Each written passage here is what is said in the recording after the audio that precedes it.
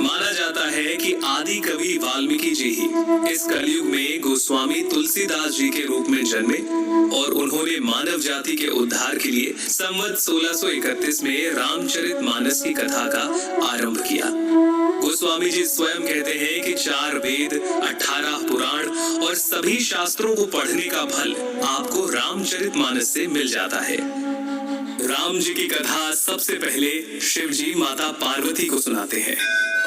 रामचरितमानस के बालकांड में आपको बहुत सारी कथाएं मिल जाएंगी, जैसे सती माता का भ्रम और उनके द्वारा राम जी की परीक्षा, शिव जी द्वारा सती माता का त्यागा जाना, सती माता का दक्ष यज्ञ में जाना और पति के अपमान से दुखी होकर योगाग्नि से देह त्यागना, और फिर पार्वती जी का जन्म और शिव विवाह।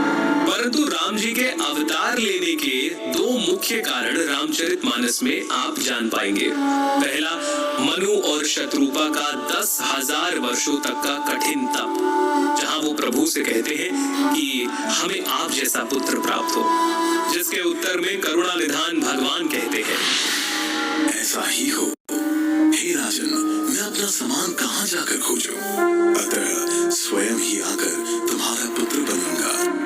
और दूसरा कारण नारद मुनि का भगवान विष्णु को दिया गया श्राप। तुमने मुझे ठगा है, अतः अपने किए का फल अवश्य पाओगे।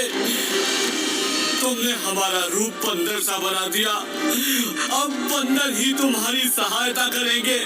तुमने मेरा बड़ा आहित किया है, इसलिए तुम्हें भी स्त्री वियोग में दुखोगे।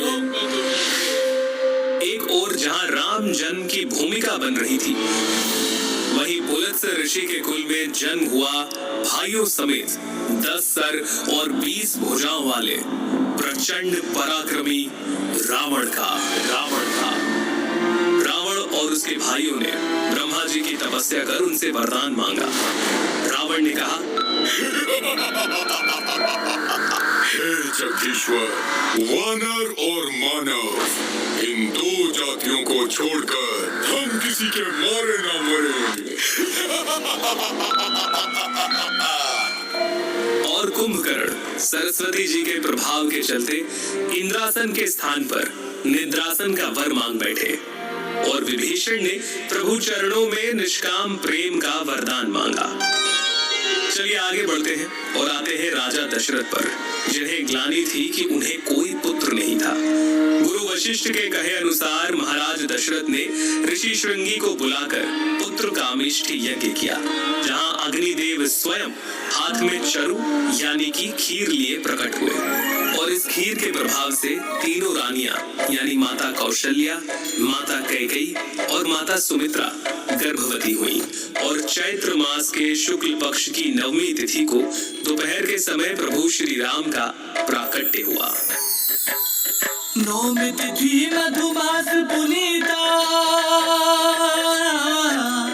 9वीं तिथि मधुमास पुनीता, शुक्ल पक्ष अभिजीत हरि प्रीता, मध्य दिवस अति शीत न घामा, पावन काल लोक विश्रामा। राम सिया राम बोलो, राम सिया राम बोलो, राम सिया राम बोलो राम। इसके आगे क्या क्या हुआ, प्रभु ने क्या क्या लीलाएं की,